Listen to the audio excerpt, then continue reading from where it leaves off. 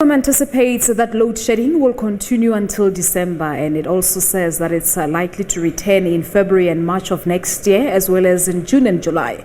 This is contained in a presentation tabled by the power utility in a virtual meeting of Parliament. Eskom is currently implementing stage 4 load shedding until 10 tonight. The 18-month electricity outlook shows that the availability of electricity and length of load shedding will depend on available supply and reserves. If the unplanned power outages lead to losses of more than 13,000 megawatts, load shedding will be implemented every month up to stage 3 until March of 2022. Meanwhile, Eskom executives were also grilled about the 4 billion rand overpayment at Kusile Power Station.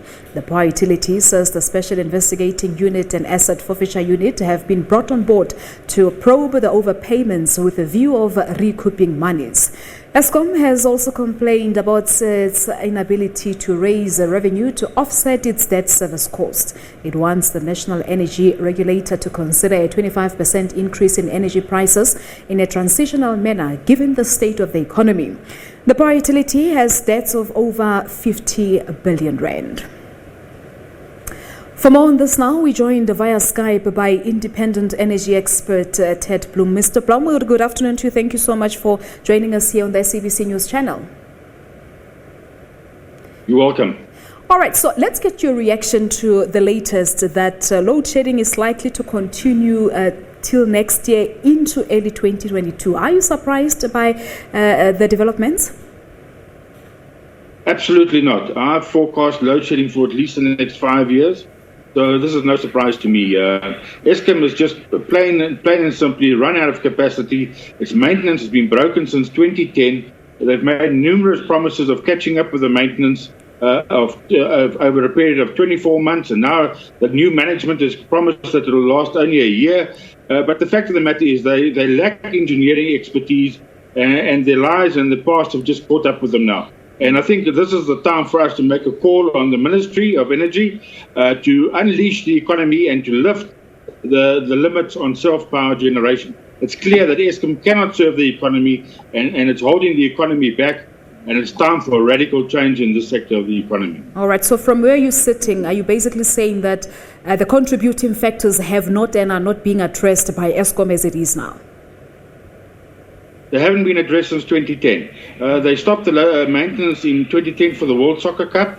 It was only reinstated 4 years later. They haven't explained what happened to the 4 years of budgeting for maintenance, which just evaporated. And then since 2014, they've been promising that they'll catch up with the backlog of maintenance over 24 months. That didn't happen. And the current management says they'll refurbish the full fleet of 80-plus generators in under 12 months. And today that they've changed their answers again to Parliament, so it just shows to me that they are not on top of the situation. They are stabbing in the dark.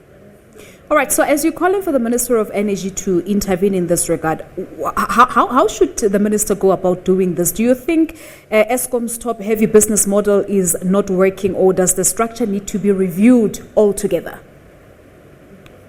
Okay, so there's two things. The business model was changed in 2001 with the corporatization of Eskom, and it's chasing for profit. That has gorged the profit out of everybody that uses a lot of energy, and that model can clearly not be sustained. We can't have Eskom competing with the private sector for as much of money on the energy table as possible. It doesn't work. Prior to that, for 80 years, it worked fantastically. Eskom was the leading utility in the world. South Africa's economy grew by leaps and bounds. This current model is broken since 2001. That's the one thing.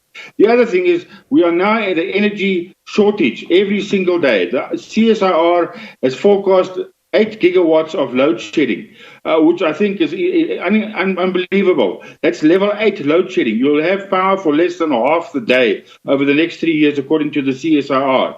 My own estimates are at least 5 gigawatts of load shedding on a daily basis. Clearly, something is broken, and the minister needs to climb in and bring in extra capacity immediately. And with these latest power cuts, and as I said, likely to resume until next year into the early 2020, we know, of course, that the economy has actually suffered as a result of this COVID-19 pandemic. Do you think that South Africa's economy can still be saved, taking into consideration now that today, as it is, we are in stage 4 of load shedding? Ma'am, if there's no intervention, and I'm talking about drastic intervention, I've made myself available. I've been an energy commentator for more than 13 years.